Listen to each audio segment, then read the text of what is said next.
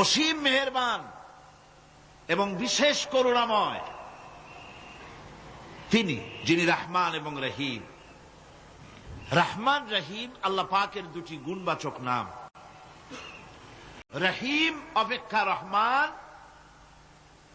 এটা হচ্ছে বেশি ব্যাপক অর্থবোধক, যার জন্য তাফসীরে বলা হয়েছে আর রহমানু যুর রাহমাতিশ শামিলা বিজামিল খালায়েক ফিদ দুনিয়া ওয়াল মুমিনিনা ফিল আখিরাহ।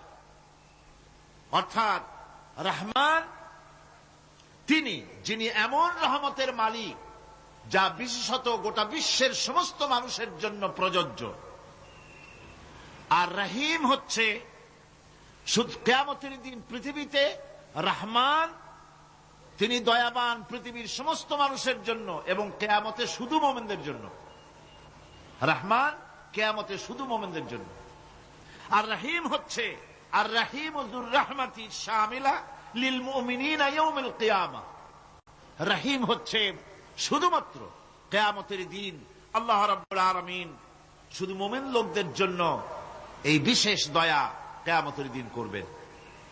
এখন রহমান হচ্ছেন পৃথিবীর সমস্ত মানুষের জন্য, সমস্ত প্রাণীর জন্য। তার দান থেকে কেউ বঞ্চিত থাকবে না, সকলের জন্য তার দানের দরজা অবারিত, উন্মুক্ত।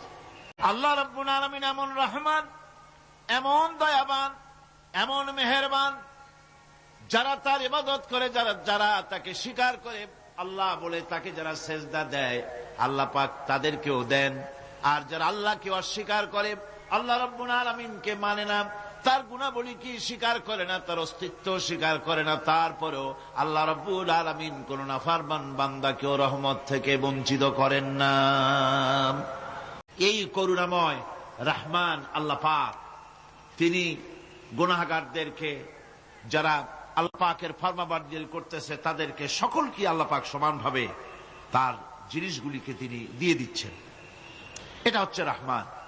আর রহিম হচ্ছে, হাদিস শরীফে বলা হয়েছে আর রহমানু রহমানুদ দুনিয়া ওয়াল আখিরাহ আর রহিমু রহিমুল আখিরাহ। মুমিন রহমান তো শুধু আল্লাহ পাক দুনিয়া এবং আখিরাতের জন্য, আর রহিম শুধুমাত্র আখিরাতের জন্য।